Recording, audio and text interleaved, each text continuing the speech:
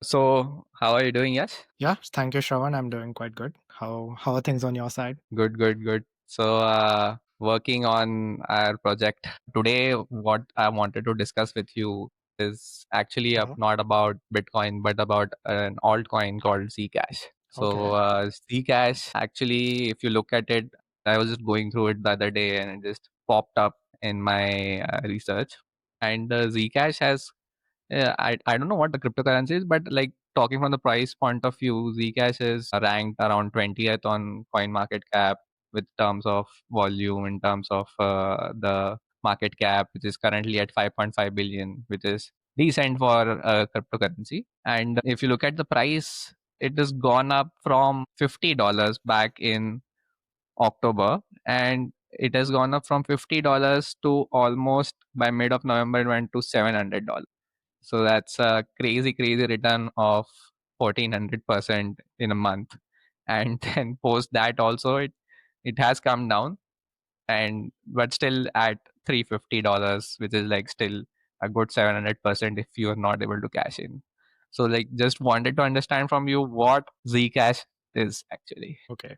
Yeah, I think it's a very interesting project. And to explain it in simple terms, let's understand what each project is trying to achieve, right? So when you talk about Bitcoin, I think what it is trying to achieve is like store of value. So people can, save their wealth over time by buying into Bitcoin. And the number of Bitcoins are limited. Nobody can create them out of thin air. So that's its main selling point. Then when you move it to Ethereum blockchain, I think the good thing about that is they're trying to have smart contracts. So you can basically add programmable logic into a smart contract, which will do something when some condition is met, etc. So you can have a lot of smart logic going into the Ethereum blockchain. Then, of course, you have Solana, which is like, doing almost the same as Ethereum, but then very high transaction volumes. So you can basically, when people ask, like, you can't buy a coffee with Bitcoin because it's so slow. Solana kind of, is super fast. So you could do those kind of things on Solana very easily.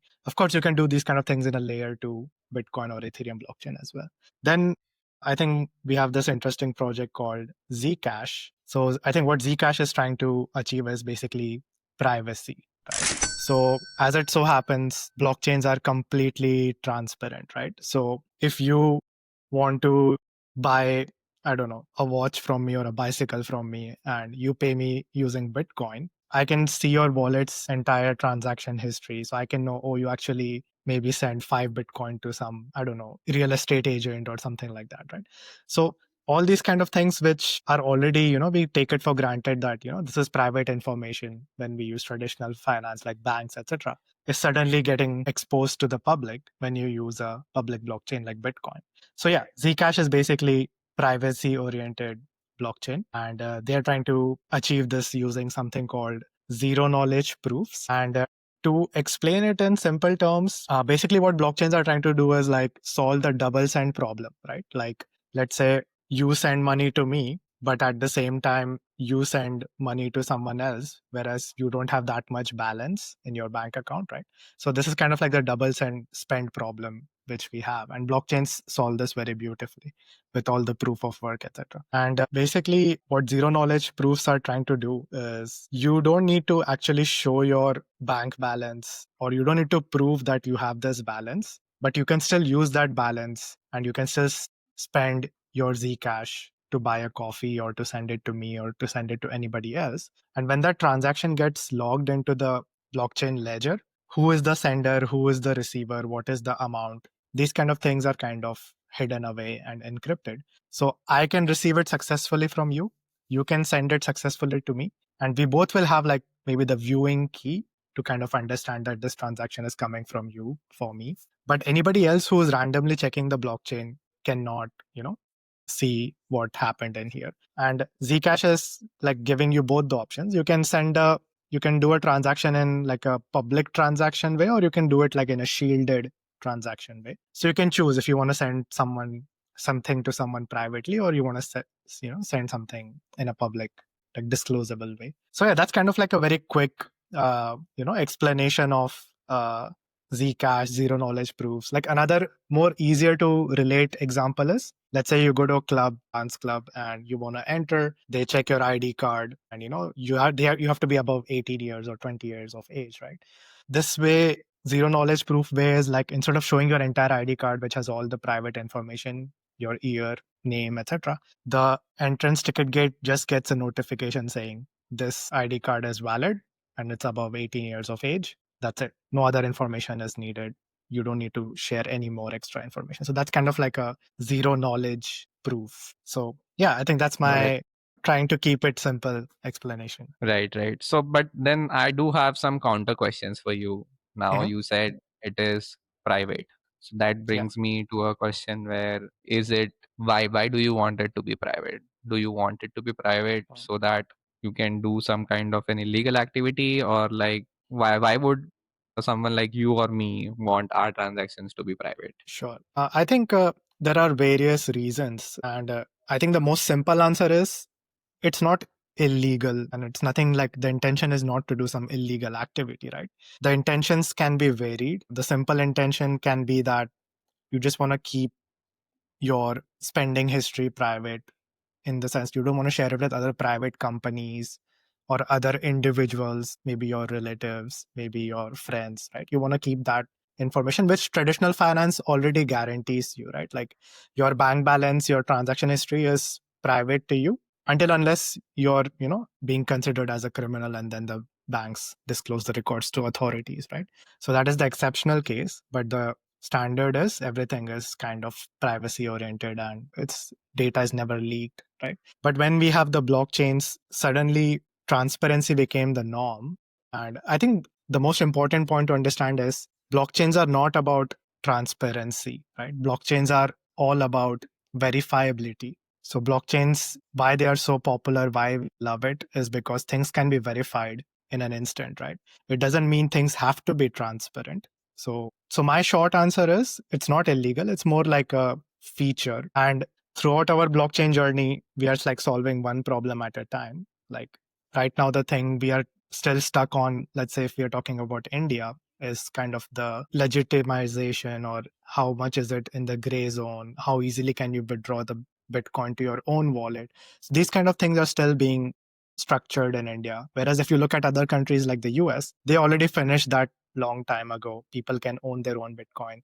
Now they are doing things like stable coin. How do they regulate that, etc.? So I think the next frontier people would naturally move towards is privacy. So it's like they're solving one problem at a time. And I think the next big challenge is going to be privacy, to answer that question. So what you're saying is like it's Bitcoin but improved Bitcoin, is it? Oh, that's a very interesting comment. So I would say it's like in a simple sentence, you're right. It's kind of like a improved Bitcoin because it also has privacy. But the thing about Bitcoin and Zcash is like they're totally different scale, and the audience is different. And Bitcoin is, on the contrary, is all about, you know, store of value aspect, whereas Zcash is simply like, privacy focused. And I think when you ask people what they want to adopt, I think most people, because Bitcoin is already now like the pioneer and the prevalent coin, I think people will simply go to Bitcoin because it's, feels safe, feels like it.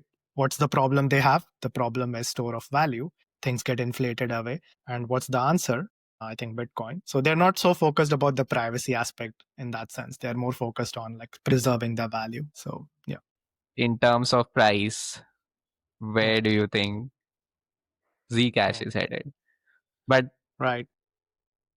but wait, I don't want you to answer that. We'll let the Okay. audience only comment on where it is going. Sure. Sure. That would be better. Yeah, yeah. So, I mean, we can skip the price guesstimates and those kind of things, but I think the factors that will impact all of this is that, like I said, like problems are getting solved one after the other, and right now many people, they don't use blockchain, so privacy is not a concern for them to begin with, right? As more and more people start using blockchain, and they realize, okay, I bought milk from my vendor, and next day he asked me, you also bought, I don't know, a house in this area, or is it like, how do you know? Oh, it's because, your blockchain transaction history showed you transferred money to the agent or something like that. So it's not a problem that needs a solution yet. So But as the demand for this problem increases, so would the price be impacted in a similar way. So that's a very good solution that Zcash has brought up to this problem. And are there any other cryptocurrencies that are in this doing the same thing? Sure. Yeah.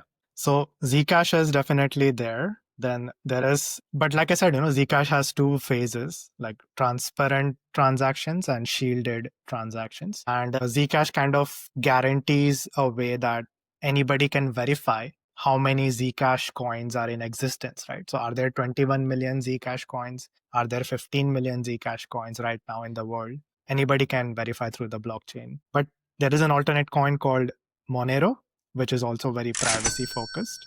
But that is only like shielded transaction. There is no transparent part to it. And also there is no way to verify how many Monero coins exist and like how many are getting minted, etc. That's my understanding. I'll have to double check if I'm wrong. But there is Monero blockchain, which is kind of an alternative. And then there is also some similar kind of solution on Ethereum blockchain. It's called Tornado Cash. I think it was in the news recently because it got banned or regulated, etc., due to illegal activities, I believe. So Tornado Cash, what it does is like instead of zero knowledge proofs or some clever cryptography way, it's just like a mixer. Like many people will put money into the Tornado Cash smart contract and then they will withdraw it after some time, etc. So we don't really know who deposited, who withdrew. They try to like mix all this in a very smart way so that they can kind of disconnect the flow of the money, right? So you cannot track clearly. But yeah, with given like if not many people use Tornado Cash, then it's very easy to kind of understand who sent, who received. But if more and more people use it, then it cannot be so easy to deduct. But another important note I want to quickly mention about the existing solutions is unfortunately they are not scalable as of now. Like if you look at Zcash also, the maximum transactions I believe it can support is like maybe around 50 to 100 transactions maximum. So if you imagine like a country like India, if everybody started using Zcash, then the transaction will pile up so much. Like you want to buy milk now, but the other person may receive the money next day through the blockchain. It's kind of not scalable. So we do need a new project maybe that could handle scalability at the same time. Like I was saying earlier in the video, the reason Solana is so popular is it offers a very high traffic support, put support. So very inherent problem that you've explained with Zcash about scalability, because number of Mhm. transactions that you mentioned. Obviously, due to that, I feel currently the market cap is also quite low at 5.5 billion, right? Right. But again, Zcash supply is totally capped, same as Bitcoin at 21 million, correct? Out of which I around think that 16 is and a correct. half, Yeah. 16 and a half is already mined out of which, correct? So Yeah. obviously the demand supply dynamics are going to come into play with the pricing of Zcash as well, right? Absolutely right. Absolutely right. Mhm. Now, the only catch here is like, does the demand of Zcash increase or does a new project come up which does everything Zcash does, but at the same time has a very high throughput support? So those are the risk factors that people may need to consider if they are, planning to go long on Zcash. Correct, correct. So probably if you're Yeah. a day trader, Zcash is a very good option for you, but probably from a long-term point of view, we'll need to evaluate more Mhm. things like you just said, right? Absolutely right. I think that's a very clear summary of the current scenario. Nice, nice. Thanks for explaining. So thank you everyone for joining for this session. Hope you got some knowledge out of this. Thank you. Yeah. Thank you for inviting me, Shravan.